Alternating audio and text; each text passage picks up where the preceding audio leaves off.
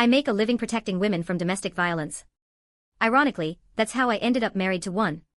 My parents like to tell people I'm a security consultant. It sounds safer, more feminine. They worry that if anyone knows the truth that I'm a professional bodyguard who specializes in domestic violence cases, I'll never get married. So when a blind date turned into a rushed wedding, they were thrilled. They had no idea they were marrying me into the very thing I fight for a living.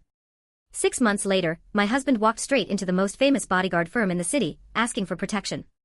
When I opened the door to greet the new client, I smiled so brightly it almost hurt. "I'm happy to serve you," I said.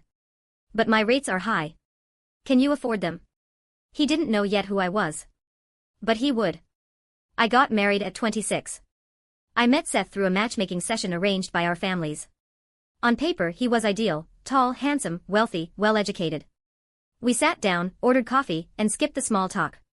We were both there to see if marriage made sense. I told him I never wanted children. He smiled and said a double income, no kids' life sounded perfect. That alone eliminated nearly every other man I'd met. He didn't smoke.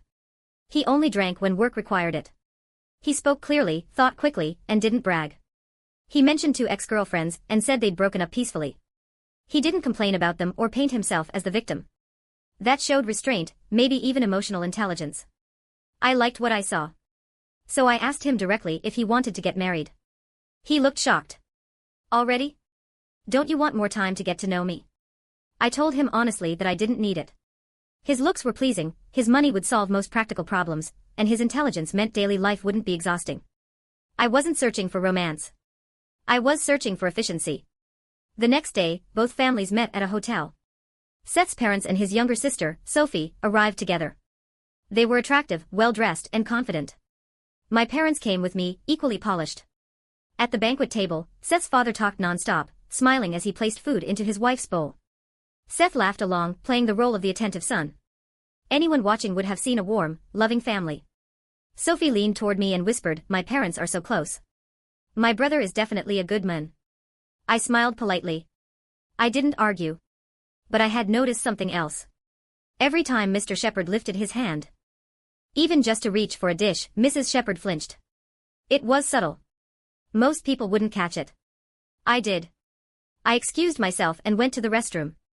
As I fixed my lipstick, Sophie came in and stood beside me at the sink. The water ran loudly. Her voice was barely above it. "What do you like about my brother?" "I wouldn't call it liking," I said. "The conditions are acceptable." She turned off the faucet and looked at me through the mirror. "Our family isn't what it looks like. You'll regret this." I asked calmly, "Does he gamble?" "Drugs?" She shook her head. "Serious illness?" Another shake. "Violence at home?" Her face drained of color. She didn't answer. She didn't have to. I looked back at my reflection. Pale makeup, soft expression, harmless eyes. People always underestimate me. It's useful. "I don't think I'll regret it," I said quietly. "But thank you for telling me." From first meeting to marriage certificate took less than 3 months. Our parents handled everything. Seth played his part well. He took me to nice restaurants, planned short trips, remembered birthdays, and even bought small gifts for my friends. Everyone praised him. When I hinted that he might have a temper, people laughed and said I was overthinking. I wasn't. Once I moved into the Shepherd villa, the truth became harder to ignore. The house was enormous, but there were no maids. None. The women did everything. Cooking, cleaning, carrying heavy things. The men sat and waited. They called themselves the pillars of the family. One evening, my father-in-law cleared his throat and addressed me like a superior speaking to a recruit. "Now that you're married in, you're a shepherd. Married daughters shouldn't cling to their birth families. We have rules here. Learn from your mother-in-law." I looked at Mrs. Shepherd rushing between the stove and the table, then at the men sitting upright, hands folded, waiting to be served. I nodded and sat down too. My father-in-law frowned. He coughed. Nothing happened. Seth glanced up from his phone and nudged me. "Honey, go help Mom. Women eat after the men here." For a moment, I wondered if I'd traveled back in time. My hands twitched. I wanted to flip the table. Instead, I stood up and accidentally kicked the leg of Seth's chair. He hit the floor hard, groaning. I looked at my father-in-law with interest. "Is falling flat on your face part of your family tradition too?" The old man kicked Seth angrily. "Get up. You're embarrassing me." In the kitchen, a small blackboard listed the menu for the day. The men ordered. The women cooked. Millet porridge. Stir-fried green beans. Beef and potatoes. Cold lily salad. Mrs. Shepherd smiled tiredly at me. They wanted this today. It takes some effort. Do you know how to cook? I don't cook, I said cheerfully. But I do know food. I pointed at the beans. If these aren't cooked properly, they can poison someone. Headaches, nausea, worse. Then the lilies. These are toxic when raw. And the potatoes. See the green spots. That's poison too. The kitchen went silent. Mrs. Shepherd laughed awkwardly. You really know a lot. Of course, I said lightly. Anyone who's studied how people die knows food is the easiest method. If you ever want to learn more, we can study together. I've always wanted kitchen practice. Behind me, someone sucked in a breath. My father-in-law stood in the doorway, face gray. Get out, he snapped. You're useless. Dinner was served. It tasted fine. Seth complained anyway. His father did too. Mrs. Shepherd apologized for both. When I offered to cook next time, no one responded. Then Mr. Shepherd said, now that you're married, you should quit your job. Women don't belong outside every day. We don't need your salary. Seth nodded. Sophie's at school. Mom needs help. I suggested hiring a maid. The chopstick slammed down. Men worked outside, he said. Women served inside. That was the rule. Soup splashed onto Mrs. Shepherd's face. She trembled as she wiped it away and tried to smooth things over. Then he hit her. That was the moment I stopped pretending. I stood up and flipped the table. Plates shattered. Food hit the floor. Enough, I said. If you want to talk, talk to me. If your rules require women to be beaten and silent, then your rules are trash. Is this a family or a cult? Seth jumped up and shouted at me. I slapped his hand away. He threw a glass of ice water in my face. So I slammed his head into the food on the floor. The room froze. He charged. I dodged, threw him cleanly over my shoulder, and sent him sliding across the tiles. He didn't get back up. I took out my phone and snapped a picture. Ambulance or police? I asked politely. Or should we invite relatives to watch? No one spoke. I smiled at my father-in-law. Any more rules you'd like to teach me? He stepped back without a word. The next morning, I went to work like nothing had happened. My boss, Logan, caught me as he was heading out. He glanced at his watch and said, "You're supposed to be on your honeymoon. But a client specifically requested you. Want to take it?" I agreed. The client was a young woman named Sarah, 24 years old, married less than 2 years, with a 3-month-old baby. Her husband had started hitting her during pregnancy. She stayed at first because of the baby and his tearful apologies, but violence never stops once it starts. By the time she came to us, she was in the middle of the mandatory divorce waiting period. Her husband had ignored the restraining order and taken the baby. She showed us bruises still turning yellow and begged us to help her last until the divorce finalized in 10 days. We had handled cases like this countless times. The pattern never changed. Children were leverage, apologies were bait, and fear was the leash. Logan approved the case immediately. I texted Seth that I was staying with a friend and moved in with Sarah to provide full-time protection. On the final day of the waiting period, we brought backup from the firm. While our colleagues positioned themselves around Sarah's husband and his relatives, filming everything and blocking their movement, Sarah and I retrieved the baby. No one threw a punch. They didn't need to. Cameras and witnesses were enough. If he touched anyone, the legal consequences would bury him. Sarah got her divorce, took her child, and left the city before sunset. She didn't even stop to say goodbye. Trauma teaches people to run fast and never look back. A few days later, her friend came to finish the remaining paperwork. She kept staring at me, uneasy. I asked her directly if something was wrong. She hesitated, then pulled out her phone and showed me a wedding photo. It was me and Seth. The world is smaller than people think. She was Seth's ex-girlfriend, Chloe. She told me she left because of his violent temper. She had thought about warning me before the wedding but was afraid I wouldn't believe her, or worse, that he'd come after her. I told her it was fine. I already knew. I asked where he'd hit her. She answered without hesitation. When I returned to the Shepherd house that weekend, my mother-in-law nearly dragged me back out the door. She whispered urgently that Seth had been waiting for me, furious, planning to teach me a lesson. Sophie had even messaged me earlier to say Seth had started taking martial arts classes just for me. They genuinely believed the last fight had been luck. Seth stepped into the room, smirking, and asked if I'd finally crawled back. I smiled and asked if he wanted to test his training. 10 minutes later, he was pinned to the floor, breath knocked out of him, eyes wide with fear. I told him his strength was passable but his speed and endurance were terrible. When he asked where I learned to fight, I told him the truth. My parents had sent my brother to martial arts and me to ballet. I was terrible at ballet and humiliated them. My brother trained for years and still got beaten by neighborhood kids. Eventually they gave up. I didn't. I snuck into my brother's classes, learned everything I could, and one day stepped in when he got cornered. I'd been training ever since. I took another photo of Seth on the floor. That evening, my father-in-law came home drunk and furious to find Seth sweeping while I sat on the couch eating sunflower seeds with my mother-in-law. He exploded, shouting about dignity and gender roles, yanking the broom from Seth's hands and kicking him. I calmly told him chores didn't belong to one gender, that Seth was actually better at them than I was, and that my parents taught me a simple rule: meet force with force. He shouted about ancestral rules. I reminded him ancestors also wiped with bamboo and kept multiple wives, and asked which traditions he wanted to revive first.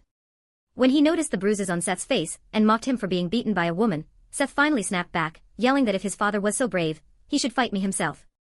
The old man stormed out, humiliated for the first time in his life.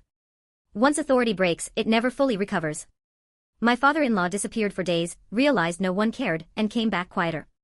Anytime he tried to bark orders, I dragged Seth into the living room for practice. Hearing his son scream erased whatever courage he had left. Chores were redistributed between father and son. They argued constantly over who had to wash dishes. My mother-in-law, suddenly freed after decades of labor, didn't know what to do with herself. After a few days, she joined a travel group and left for a week. The men were miserable and begged to hire a maid. I reminded them that when she did everything alone, they called it enjoying life. Now it was their turn. By the third month, Seth wanted a divorce. I refused. He was wealthy, attractive, and no longer violent toward women weaker than him. I considered that progress. He filed anyway and moved out with his father. Sophie came to see me and asked if I would really let him go. I told her if I did, he'd just destroy someone else's life. Better he stay with me. Even my mother-in-law agreed. I started sending Seth daily messages telling him I loved him. When he blocked me, I sent flowers and handwritten letters to his apartment. The neighbors praised me as devoted. In court, I told the judge I loved my husband and presented evidence, messages, delivery receipts, witness statements. The judge ruled that the marriage bond wasn't broken and rejected the divorce. Seth looked hollow. They moved back in.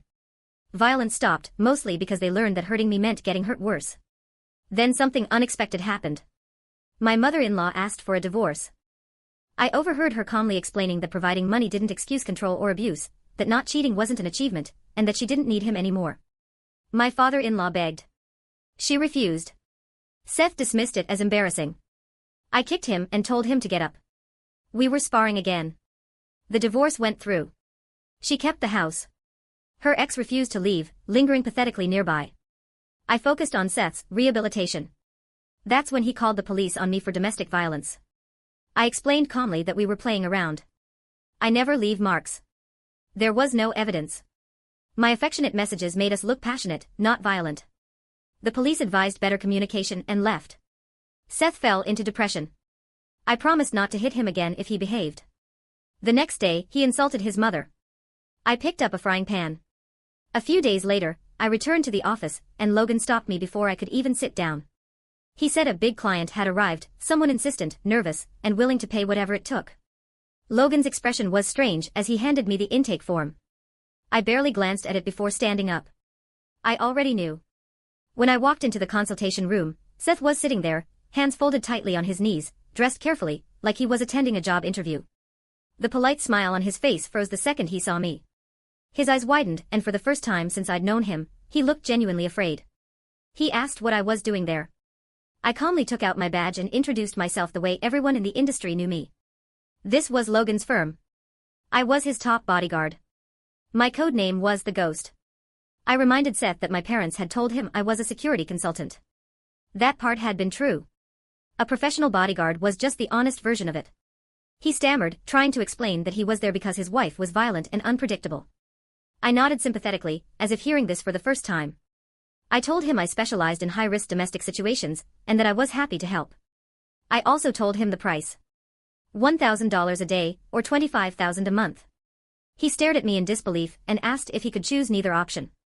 I told him he absolutely could. In that case, we could go home and handle things privately, no contract needed. His shoulders sagged. He signed the monthly agreement. From that day on, Seth paid me to protect him from me. Life at home settled into a strange but functional routine. Seth became careful with his words, measured with his movements. He followed rules because he finally understood consequences.